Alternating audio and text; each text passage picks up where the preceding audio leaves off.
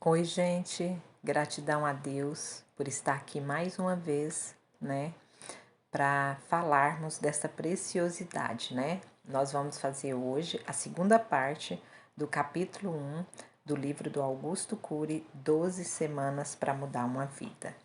E siga direitinho, vai, leia o livro, acompanhe aqui, escreva aí nos comentários o que Deus tem falado no seu coração, o que você tem visto que realmente tem acontecido na sua vida e que precisa ter uma mudança. E hoje, na segunda parte, nós vamos ver o mestre dos mestres da qualidade de vida. Enxergando a grandeza da vida.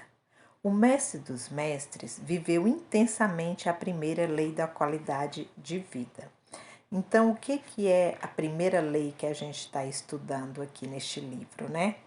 Ser autor da sua história, o resgate da liderança do eu. Compreendeu como nenhum outro pensador da história a excelência da vida. Cada ser humano, independente dos seus erros, era para ele uma joia única no palco da vida. Nós desistimos de quem nos decepciona. Para ele, ninguém era incorrigível.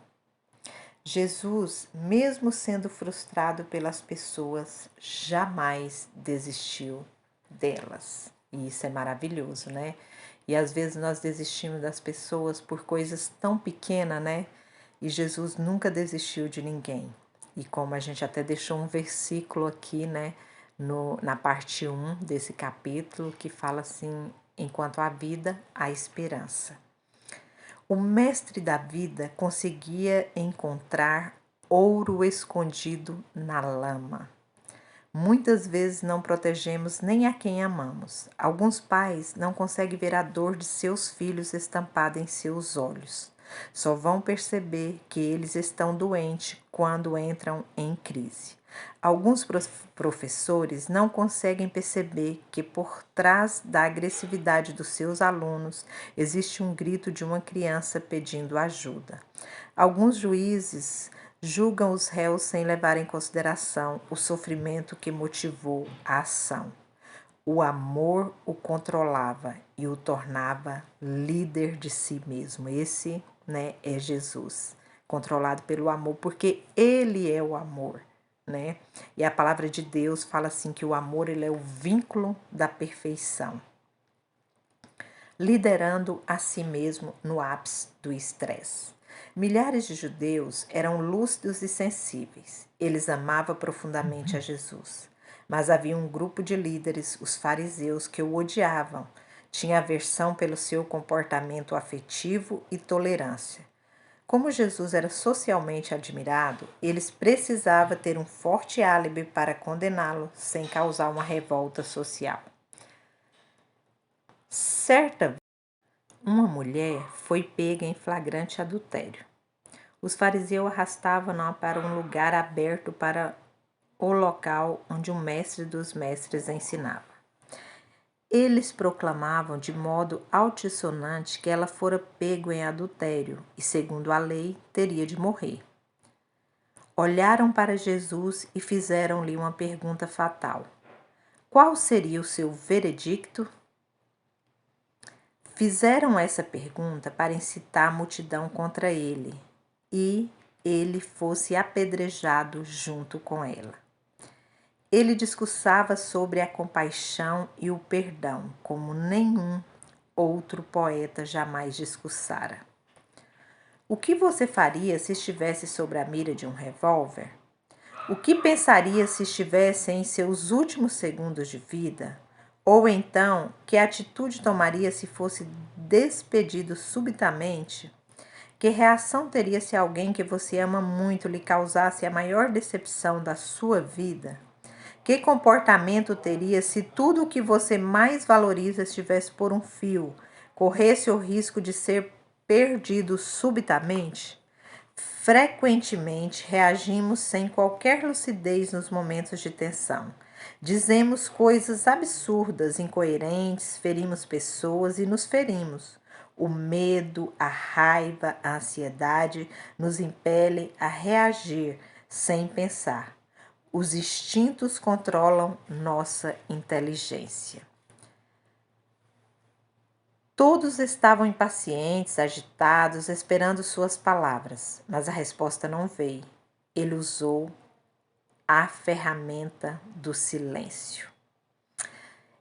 Essa ferramenta que é muito preciosa, sabe, queridos? Tem momentos que a melhor resposta que nós temos que dar é o silêncio. Sabe, tem um Provérbios, depois eu vou colocar aqui a referência, que fala assim, que até o tolo é dado por sábio quando ele se cala.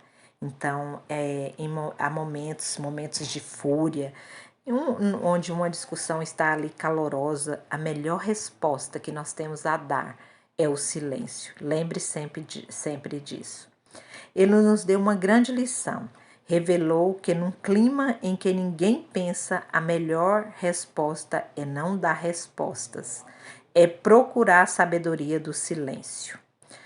Nos primeiros 30 segundos, quando estamos estressados, cometemos nossos maiores erros. Então, lembra disso também. Há momentos que é melhor a gente não tomar nenhuma decisão. Espera ali, aquilo dar uma apaziguada, aquele momento de estresse se acalmar para aí realmente a gente decidir. Erros. Eles são cometidos, né, em momentos de ansiedade, em momento ali de desespero, de crise. Então, são nesses momentos que dizemos palavras que nunca deveriam ter sido ditas. Jesus voltou-se para dentro de si, dominou sua atenção, preservou-se do medo, abriu as janelas de sua memória e resgatou a liderança do eu. Jesus teve uma atitude inesperada naquele clima aterrorizante. Começou a escrever na areia, né? Olha que linda a atitude de Jesus. Somente alguém que sabe ter domínio próprio e fazer escolhas é capaz de encontrar um lugar de descanso no centro de uma guerra. Seus gestos fascinantes e serenos deixam abismada a psicologia. Ninguém sabe o que Jesus escrevia. Talvez escrevesse que o perdão é um atributo dos fortes, a condenação dos fracos, retirando seus inimigos da plateia e colocando-os no palco. Seus gestos desarmaram seus inimigos. O mestre dos mestres preparou o terreno da inteligência deles para um golpe fatal. Golpeou-os com uma lucidez impressionante. Disse-lhes: aquele que dentre vós estiver sem pecados, né? Não tiver nenhum erro, nenhuma falha, nenhuma injustiça, Jesus falou isso para eles: seja o primeiro que lhe atire a pedra. Mas ele só fez isso após debelar o foco de tensão emocional deles. Teria de avaliar a história deles para depois julgá-la.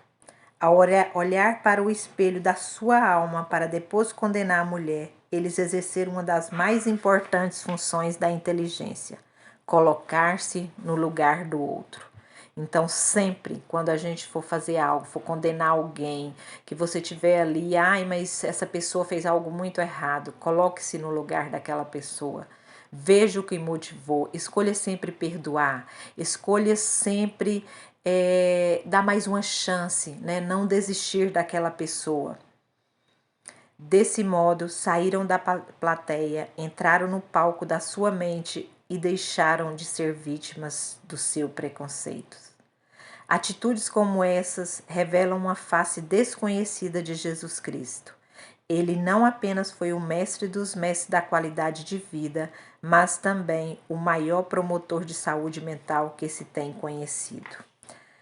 A melhor maneira de desarmar um agressor e abrir o leque de sua inteligência é surpreendê-lo, seja com o silêncio, seja com um elogio, seja com uma atitude inusitada. Aprenderam a perceber que o maior líder é aquele que lidera seu próprio mundo. Então guarde isso, sabe?